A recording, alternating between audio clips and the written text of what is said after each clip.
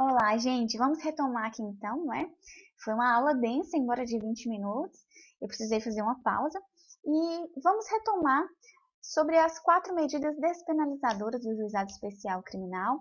Eu quero que você compreenda que essa é uma jurisdição, que essa é uma maneira de fazer justiça em que se busca a solução consensual do processo. Busca-se, dentro das maneiras permitidas pela Lei 9.099, evitar que a relação processual seja formada. Nós vamos perceber que tanto a composição dos danos civis como a transação penal, conforme está aí no seu slide, na sua tela, elas vão buscar impedir a formação da relação processual. Elas vão falar assim, gente, vamos tentar resolver aqui logo, não vamos nem dar oportunidade para oferecer denúncia ou queixa, vamos evitar isso, tá bom? Então eu percebo que a composição dos danos civis, ela acontece em primeiro plano, ela acontece primeiro. E nós vemos que trata-se de um acordo, trata-se de uma tentativa do autor do fato, daquele que seria o réu, o criminoso, reparar, indenizar de forma moral ou material à vítima. Feito este acordo, então, a Lei 9.099 estaria satisfeita, estaria, então, reparado o dano à vítima e pronto, não há necessidade de continuar com essa relação processual. Aliás, não há necessidade nem de formar a relação processual. Antes mesmo da relação processual ser formada, a gente acaba aqui com esse imbróglio, a gente acaba aqui com esse problema. Então eu percebo que a composição dos danos civis é a primeira medida despenalizadora que pode ser feita dentro da Lei 9.099. Vai ser a primeira tentativa de solução consensual do conflito que vai ser tentada na audiência preliminar. Eu sei mais, que essa proposta que é feita pelo autor do fato à vítima, esse acordo que vai acontecer entre o criminoso e a vítima, ela inclusive extingue a punibilidade. Ela inclusive repara o prejuízo de tal maneira que, realizado esse acordo, a sua sentença ela é irrecorrível. A vítima pode inclusive fazer o seguinte: você fez esse acordo comigo aqui em sede de audiência preliminar na Lei 9.099? Que bom, sabe por quê? A sua extinção da punibilidade está ok, mas também está ok o meu título executivo judicial. Eu posso pegar aqui esse acordo e levar, inclusive, no juizado especial civil e executar você, tá? Porque esse acordo vai valer para mim como se fosse um cheque. Esse acordo vai valer para mim como se fosse e é um título executivo. Embora a sua disponibilidade esteja extinta, eu tenho agora a reparação do meu dano. Ainda que você enrole para me pagar, eu tenho um título executivo e eu posso, inclusive, executar você. Nós percebemos ainda que a composição civil dos danos, ela está preocupada e ela está envolvida com danos que podem ser ressarcidos, com ofensas que têm natureza disponível, como, por exemplo, a indenização patrimonial. Percebemos ainda e repetimos que trata-se de uma fase preliminar, uma fase pré-processual, em que a relação processual ainda não está formada, em que a denúncia ou a queixa ainda não foi feita. Mas, caso não seja possível fazer um acordo entre a vítima e o autor, caso a vítima ela se recuse e o autor também diga não tenho interesse em fazer nenhum acordo, em solucionar conflito com essa pessoa. Nossa, eu tô falando aqui, gente, de briga de vizinho, tá bom? De briga de trânsito, que as pessoas tomam um ranço assim imenso uma das outras. E às vezes só o fato de tentar pacificar aquela relação entre essas duas pessoas, elas não querem, ainda que seja o melhor para elas. Pensando nisso, a Lei 9.099 falou assim, gente, normalmente são brigas domésticas, são brigas de condomínio, são brigas de trânsito, são picuinhas, são coisas que as pessoas acabam tendo problemas pessoais com as outras e levando para o judiciário. E olha, esse tipo de questão, diante da sua baixa ofensividade a um bem jurídico, não deveria nem estar aqui. Então vamos fazer o seguinte, primeiro, vamos tentar conciliar essas pessoas, vamos tentar compor os danos da vítima, resolver essa questão moral material que foi atingida, tá? Entre eles. Caso isso não seja possível, o que a gente pode fazer?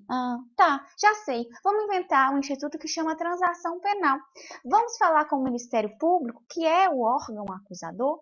Vamos falar com o promotor para intervir, para entrar aí no meio e evitar também oferecer a denúncia, porque francamente o promotor tem coisa demais para fazer.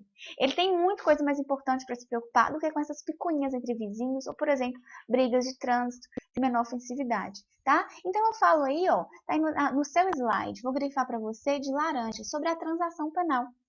A transação penal, ela acontece entre o MP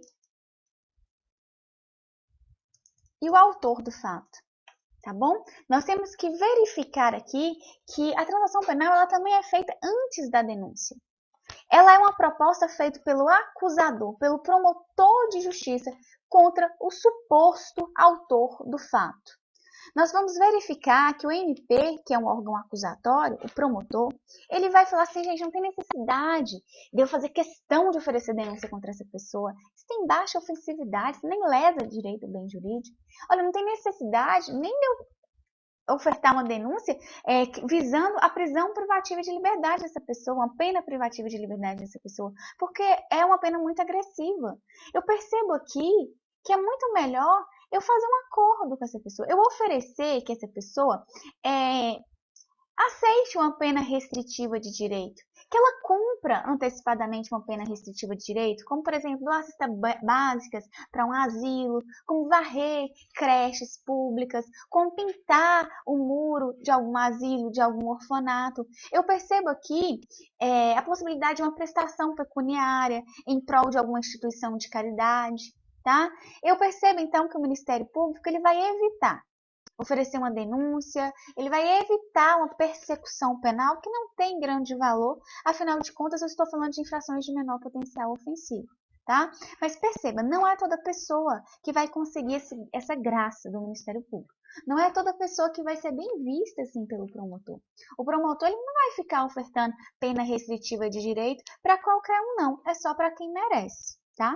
E o promotor acha que só merece a transação penal ser aplicada uma pena restritiva de direito aquelas pessoas, tá? Que infringiram a lei, mas que apenas cometeram uma infração de menor potencial ofensivo. Então vamos lá? Vamos anotar. Requisitos da transação penal.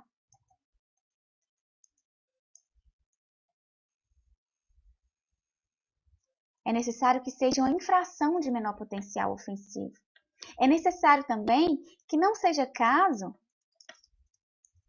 de arquivamento do termo circunstanciado de ocorrência.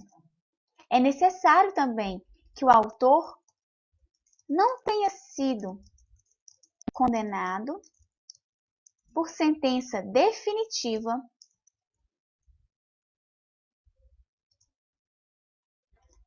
à pena privativa de liberdade. Mais do que isso, é necessário que as condições pessoais do autor, o motivo do crime, os seus antecedentes criminais sejam favoráveis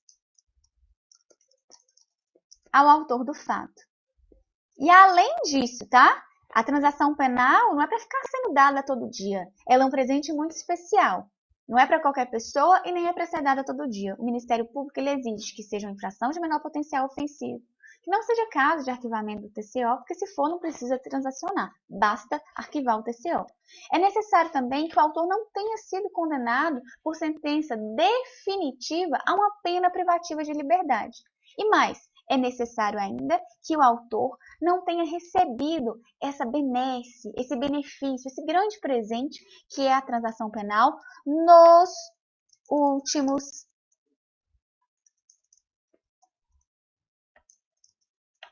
5 anos. Ok? Portanto, diga-se ainda que a transação penal ela não é de obrigatoriedade de recebimento do autor do fato. Ou seja, o autor do fato ele não é obrigado a aceitar. É uma proposta que o Ministério Público faz. E o autor do fato ele vai consultar o seu advogado. Você acha que é uma boa coisa? Ou é melhor eu continuar? E se isso aí ficar parecendo para mim que eu estou assumindo a culpa, que eu estou confessando? Não. Perceba, a transação penal ela não se trata de assunção de culpa. A transação penal ela nem mesmo fica registrada nos seus antecedentes criminais. Há um pequeno registro que não é disponibilizado ao público, quando a pessoa faz transação penal, apenas para que ela não fique todo dia recebendo a transação penal.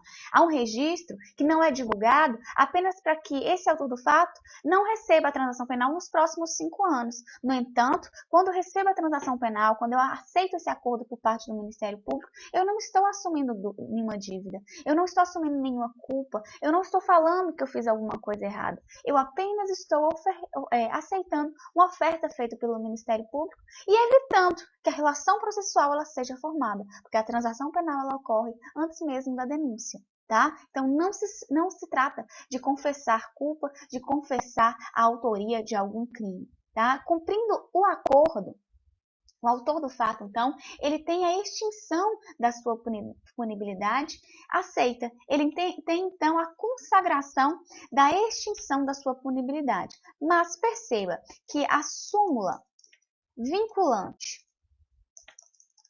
número 35 vem me dizer que, se por acaso o acordo feito em sede de transação penal não for cumprido, então a transação penal ela é tida como inexistente. Se você fez um acordo com o Ministério Público de pagar uma pena restritiva de direito, de ir na creche durante um mês, 3 vezes por semana e varrer a porta da creche, e você não compareceu, se você não fez a sua parte do acordo, cuidado, porque significa que a transação penal ela não existiu. Ou seja, a sua punibilidade não foi extinta. O processo ele vai ser retomado de onde parou. O Ministério Público, o promotor, ele irá ofertar então a denúncia contra você. Tá? Isso é o que se prevê na súmula vinculante de número 35. Olá, queridos! Falando agora sobre a transação penal, esgotado o tema da composição civil dos danos, nós entramos em uma outra medida despenalizadora, que é a suspensão condicional do processo, tá? Conforme está aí na sua tela, vamos acompanhar fazendo a leitura. Ele me diz que, em casos, em delitos, em crimes cuja pena mínima, então vamos lá, em delitos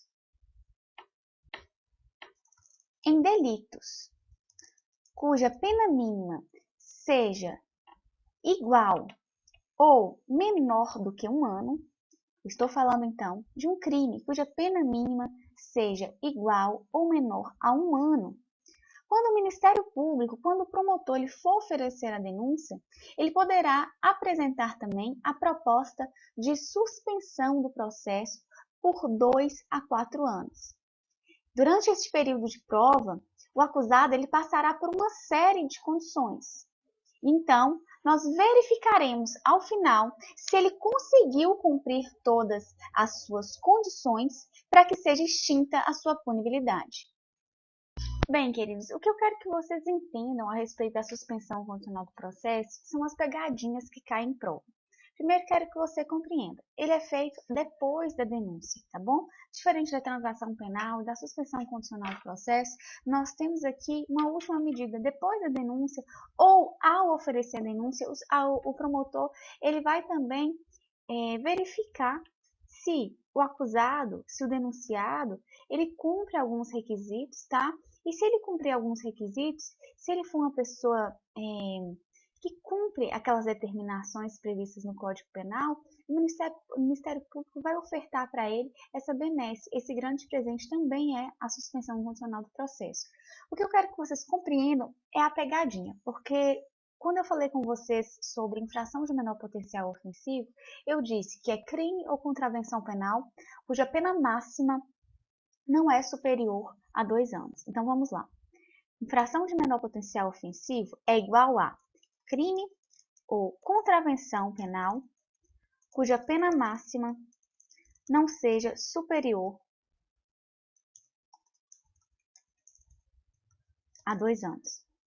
Perceba que é muito comum em uma prova de concurso, em uma prova de OAB, o seu examinador tentar te confundir aqui nesse ponto. Ele vai tentar misturar o número de penas, o número de anos de penas na suspensão condicional do processo e na infração de menor potencial ofensivo. Mas você não vai cair nessa. Você vai decorar que, quando eu falar em infração de menor potencial ofensivo, eu estou falando de pena máxima de 2 anos.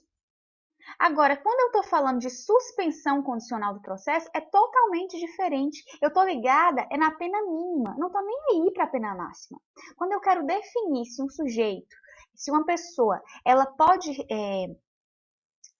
receber o benefício da suspensão condicional do processo, eu vou olhar qual crime que ela cometeu, se a pena mínima é igual ou se é inferior a 1 ano. Então, eu estou ligada aqui a pena mínima e não máxima, igual ou menor que 1 ano. Já na infração de menor potencial ofensivo, não. Estou ligada na pena máxima e que não seja superior a 2 anos. Tá? Eu vou tirar aqui o conceito de infração de menor potencial ofensivo, mas grife aí no seu caderno, puxe uma setinha e faça essa observação, porque eu sei que são muitas disciplinas que a gente precisa estudar. E eu sei que o legislador, aliás, o examinador, ele pega esse tipo de picuinha para tentar te derrubar na sua prova de concurso ou na sua prova da Ordem dos Advogados do Brasil. Ok? Percebemos então que a suspensão condicional do processo,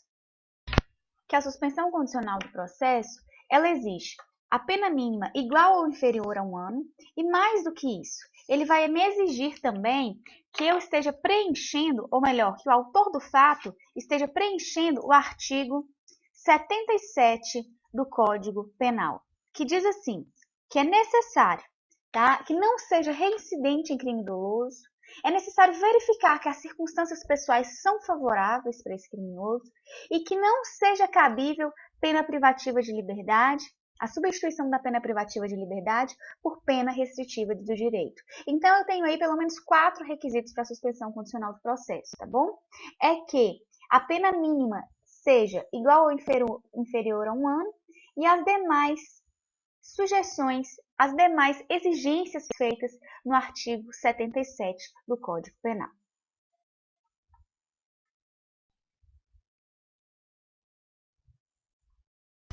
Perceba que a suspensão condicional do processo, além do requisito exigido de pena mínima igual ou inferior a 1 ano e daqueles previstos no artigo 77 do Código Penal, ele também impõe algumas condições a essa pessoa. Tá? Ele me diz o seguinte, que a suspensão condicional do processo, o processo ele estará suspenso, ele vai parar de andar buscando a condenação. A persecução penal ela vai ser congelada. Aquela ânsia do promotor de punir esse infrator vai paralisar, debaixo de algumas condições. Por exemplo, esse período de prova, esse período de teste, esse período que o processo vai ficar suspenso, esse período que o promotor vai ficar de olho, analisando o autor do fato, vai durar de 2 a 4 anos, tá bom? Então, anote aí, o período de prova vai durar de 2 a 4 anos.